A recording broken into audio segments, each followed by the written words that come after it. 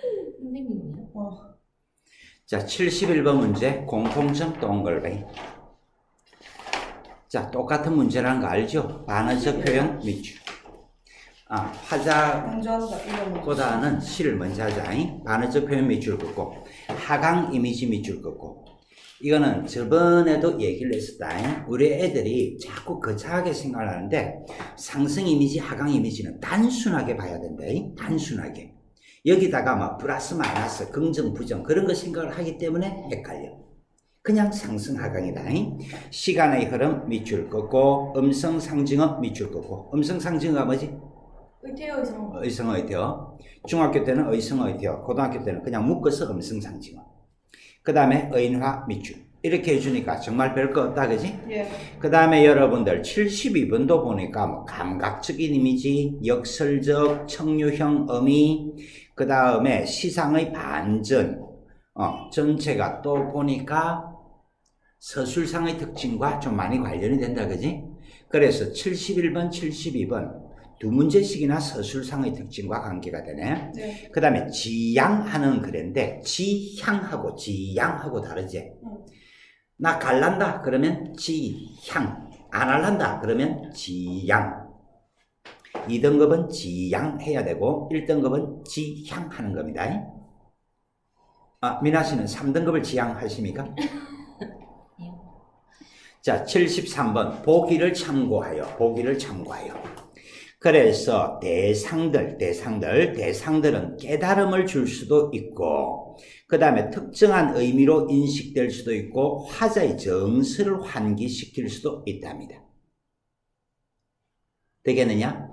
그런데 그런 게 중요한 것이 아니고 셈은 어쨌거나 정서 태도를 봐주라 그랬으니까 정서 태도를 보면 삶의 지향점을 제시하거나 시련에 대한 대응 방식.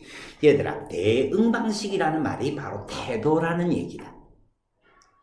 오케이? 그러니까 오늘 시들은 가식은 나식은 정서 태도를 잡아주는데 뭐라고 얘기를 했냐 그러니까 작품 속에 시련이 드러나 있습니다. 그 시련에 대해서 어떤 태도를 보여주고 있습니까? 시 설명 끝이 나네. 말뜻 오케이? 가식은 나식은 간에 시련이 드러나 있습니다. 시련에 대한 어떤 정서 태도를 보여주고 있으니까 끝. 오케이? 참 국어 쉽다 그지? 이 세상에 제일 쉬운 과목이 국어 아이가? 맞나 아니가? 자, 조지훈 마음의 태양이라는 작품입니다. 뭐? 지워요? 자, 꽃사이 타오르는 햇살을 향하여 고요히 돌아가는 해바라기처럼. 여러분들 해바라기가 뭔지 알죠? 해바라기 태양을 그리는 해바라기. 여러분들은 어떻게 되니? 도담바라기 도담을 그리는 도담바라기 이렇게 되어지는 거다. 그래서 해바라기처럼 그랬으니까 비유적 표현이 하나가 나와 있다 그지? 높고 아름다운 하늘 네모로죠. 높고 아름다운 하늘을 받들어 그 속에 맑은 늪 동글뱅 살게 하자 자 동글뱅. 얘들아, 자 그러면 무슨 형 문장? 청유형 문장. 그러니까 오늘 글도 정서 태도는 의지적 태도가 되겠지. 오케이? 자, 명령형, 청유형 문장이 나와 있으니까 정서 태도는 자연스럽게 의지적 태도 이렇게 잡혀지는 거다. 그죠? 말 되겠습니까? 그 다음 여러분들 73번을 보니까 삶의 지향점을 제시한다 그랬잖아. 맞니? 삶의 지향점을 제시한다. 높고 아름다운 하늘을 받들어. 높고 아름다운 하늘. 그러니까 이런 것들이 바로 뭐겠니? 어떤 이상이 되겠지. 이상. 그래서 맑은 늪, 순수한 정신에 대한 의지. 이렇게 되어지는 것 아니야. 되냐 안 되냐? 그럼 여러분들 더 설명할 것이 있나 없나? 없어. 1년은 일단 여러분들 시적 대상을 해바라기라고 보면 되는 거대. 시적 대상은 해바라기고 높고 아름다운 하늘, 그 다음에 순수한 정신에 대한 의지. 그냥 이런 식으로 정리를 해주는 거다. 자꾸 주제를 잡으려고 하지 말고 맑은 넋에 대한 의지. 그러면 끝이 나는 거야. 오케이? 자, 가시밭길 넘어 그 키우는 한 송이 꽃처럼 그랬다. 친애하는 국민 여러분, 73번 보기에 보니까 시련이 있습니다. 태도를 찾아주세요. 그렇게 얘기를 한 거지. 그러면 가시밭길 세모.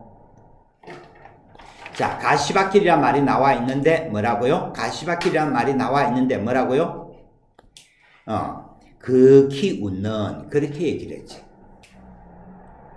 얘들아, 시련에 대해서 어떤 태도를 가지고 있는 거겠니? 긍정적. 긍정적 수용, 그래야 되겠지. 이런 것들은 시련에 대한 긍정적 수용. 그러면 이 시는 설명이 끝나버렸네. 왜 설명이 끝나버렸지? 선생님이 시를 설명했기 때문에 끝나버린 것이 아니고 73번에 맞추어서 읽어주는 게 끝난 거잖아. 오늘 글은 가시밭길에 대해서도 극히 웃자. 시련의 긍정적 수용. 그러면 이 시는 정리가 끝난 거라. 사실상 수업 시작하자마자 끝이네. 축하합니다. 끝. 눈물의 이슬을 받아 핀다 나니. 얘들아, 눈물의 이슬 수사법 불러. 표현기교. 뭔 소리예요? 좌우지간 나는 머리를 가진 사람들과 수업을 하고 싶다. 머가리 말고. 은유법의 형식 이야기를 했었죠. 은유법, 수사법 중에서 가장 대표적인 것이 은유법이다, 그지? 은유법은 A equal B, A의 B, A equal question mark. 퀘처 마크라는 것은 뭐냐니까 원관념이 드러나 있지 않기 때문에 우리가 고민해서 찾아줘야 되는 것이 은유법이다. 말뜻 되겠느냐? 그러면 여기서 눈물의 이슬 같은 경우는 A의 B 아니가, A의 B 아니가. 말뜻 이해하겠죠? 은유법이죠. 원관념 불러? 눈물. 보조관념 불러? 이슬. 질문? 눈물의 이슬은 좋은 걸까 안 좋은 걸까? 안 좋은 거. 라고 생각하면 머가리입니다. 왜요? 비유가 이루어져 있을 때는 원관념을 가지고 생각을 하는 게 아니고 보조관념의 속성을 가지고 의미를 잡아주는 거다. 그러니까 눈물이 원관념이고 이슬이 보조관념이거든. 비유적 의미를 잡을 때는 보조관념의 속성을 가지고 잡아주는 거야. 그럼 이슬은 좋은 거가 안 좋은 거가? 좋은 거. 그러니까 이거는 눈물의 이슬이라는 것은 이슬을 가지고 의미를 해석을 해줘야 돼. 그러고 보니까 바로 위에 줄에 가시밭길 그 키우는 이렇게 나와 있지. 가시밭길이 바로 뭐겠노? 눈물. 그 키우는 것이 바로 뭐겠노? 이슬. 그러니까 이거는 고난의 긍정적 수용, 시련의 긍정적 수용. 똑같은 말이 되어지는 거예요. 오케이? 자, 오늘 이거 하나 집어넣어라. 비유적 의미 같은 걸 물어볼 때, 상징적 의미 같은 걸 물어볼 때 원관념이 있고 보조관념이 있으면 항상 보조관념의 속성을 가지고 떠올려라. 알아먹겠지? 보조관념의 속성. 그러니까 가장 쉽게 생각해보자. 앵두 같은 입술. 원관념 불러봐. 앵두겠지? 보조관념 불러봐. 아니, 쌤 말을 잘못했지? 앵두 같은 입술. 원관념 불러봐. 입술이잖아. 보조관념 불러봐. 그러면 입술을 떠올릴 때 입술 가지고 생각하는 것이 아니고 앵두를 떠올려야 되는 거야. 그럼 앵두가 어떤 색깔이니? 빨간색. 그렇다면 앵두 같은 입술은 빨간 입술. 오케이? 비유가 되어 있을 때는 보조관념의 기본 속성, 가장 기본적인 속성을 떠올려주면 된다. 엄마가 돌아가셨다. 비가 내린다. 시가 이렇게 끝나버렸어. 엄마가 돌아가셨다. 비가 내린다. 이때 비의 가장 기본적인 속성이 뭐니? 물이잖아, 물. 가장 기본적인 속성이 물이기 때문에 비가 내린다 그러면 눈물, 슬픔 이렇게 잡혀지는 거예요. 가장 기본적인 속성, 비는 물의 이미지라는 거. 그런 식으로 의미를 잡아주는 거다. 계속합니다. 깊고 거룩한 세상을 우러르기에 삶과 육신의 괴로움도 달게 받아라. 육신의 괴로움 세모 돌려두시고 달게 받아라. 라똥걸. 자, 역시 명령형 문장이 나온다. 그지? 의지. 그렇다면 이런 것들은 어떤 식으로 정리를 해줘야 되겠노? 고난의 수용 의지, 시련의 수용 의지 이렇게 잡아주는 거다. 특히 미나가 지금 늦게 들어왔으니까 미나씨 지문 속 가지고 정리를 하려고 하지 말고 내 머리 움직여 가지고 정리하지 말고 주어진 자료만 어쨌거나 뚫어지게 쳐다보면 다 보여. 73번 가지고 설명하고 있다라는 거, 그 말만 명심을 하시면 됩니다. 괴로움의 짐짓이라는 말은 일부러라는 말이다. 일부러 웃을 것이면 슬픔도 오히려 아름다운, 얘들아 슬픔도 오히려 아름다운 수사법. 그거 바꾸는 거 뭐라 해야 되지? 역설법도 모르고 큰일 났다. 역설. 슬픔이 아름답나? 아니요. 맨날 차이면 남자한테 차이면 아름다워서 아우 세상은 아름다워 인생은 아름다워 그렇게 얘기하나? 말도 안 된다? 이런 수사법 뭐라고요? 역설법. 말들 말이 되는 아시겠죠? 게 반어예요. 반어는 내용을 거꾸로 이야기하는 거. 니 보고 진짜 못생겼다 그러면 직설법. 자, 계속합니다. 고난을 사랑하는 이에게만이 마음나라의 건강은 떠오른다. 얘들아 3년을 읽었는데 쌤이 따로 정리할 거 있나 없나? 없어. 역설적 표현인데 어쨌거나 우리는 마지막 문제 푸는 순간까지 73번 보기를 기억을 해두고 있으면 되는 거다. 73번 보기만 머릿속에 기억을 해두고 있으면 괴로움에도 일부러 웃으라, 슬픔도 아름답다, 시련의 긍정적 수용 그렇게 되어지는 거잖아. 오케이? 푸른 하늘로 항시 날아오르는 노고지리 같이 맑고 아름다운 하늘, 1년에 높고 아름다운 하늘, 사연에서 맑고 아름다운 하늘 똑같은 말이란 거 아시겠죠? 맑고 아름다운 하늘 네모 돌려두시고 자, 맑고 아름다운 하늘을 받들어 그 속에 높은 넋을 살게 하자. 높은 넋 동글백. 자, 그 다음에 자 동글백. 얘들아 이 시는 이렇게 하고 나니까 어려운 시가 너무 쉬운 시가 너무 쉬운 시제. 표면적으로 다 드러나 있어. 시만 주어져 있어도 문제를 풀 수 있을 것 같은데 73번 보기까지 나와 있으니까 아주 생큐한 거다. 그지? 현대문학이죠. 당연하겠죠. 일단 여러분들 고전문학, 현대문학을 가장 크게 나누는 것이 가보개혁 이전이 고전문학이고 가보개혁 이후가 현대문학이다. 그죠? 그 딱 내용 보면 뭔지 알아요? 구별을 할 때. 1등급을 어떻게 받고 있니? 보면 고전은 고전인지 현대인지 알겠던데. 그거는 8등급도 구분한다. 1등급이라서 구분하는 게 아니고 그 정도는 8등급도 구분한다. 자, 바로 들어갑니다. 자, 71번 들어갑니다. 여러분들 반어적 표현은 있었나? 역설적 표현이 있었나? 역설을. 그 다음에 해바라기처럼 노고지리처럼 그랬으니까 상승의 이미지가 하강의 이미지가 상승. 상승의 이미지라 그래야 되겠지. 시간의 흐름 전혀 없고 음성상징어가 따로 있었을까요? 음성상징어가 따로 있었을까요? 의성의태 같은 거 전혀 없죠. 답은 몇 번이고? 시간의 흐름이 있었냐 없었냐? 5번. 5번. 이런 문제 틀리면 이거는 6등급입니다. What? 그래서 공통점 잡으려고 할 때 공통점 잡지 말고 오답 지우기를 해주면 점수가 쉽게 나온다. 됐죠? 그 다음에 72번 문제 들어갑니다. 기억미음에 대한 이해로 적절하지 않은 것은 그랬는데 감각적인 이미지 있을까 없을까? 응? 자, 기억을 보시면 뭐라 그랬냐? 꽃 사이 타오르는 햇살을 향하여 그랬지. 감각적 이미지 있나 없나? 감각적 이미지가 뭐더라? 시각, 청각, 미각, 후각, 촉각. 그게 감각적 이미지다.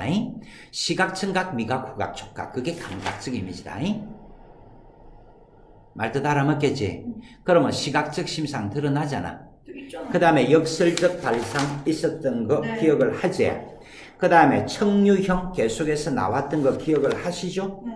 그렇다면 여러분들 가를 가지고 답을 잡을 수가 없었던 거다. 나중에 4번, 5번 중에서 답이 나올 거고요. 그 다음에 73번 문제를 보시면 높고 아름다운 하늘은 추구하고자 하는 그 다음에 한 송이 꽃을 통해서 괴로움도 감내하는 아까 그 긍정적 수용. 긍정적 수용. 그렇지. 방금 아주 대답을 잘했다. 무조건 정서 태도를 기억을 해가지고 문제를 풀겠다 생각하면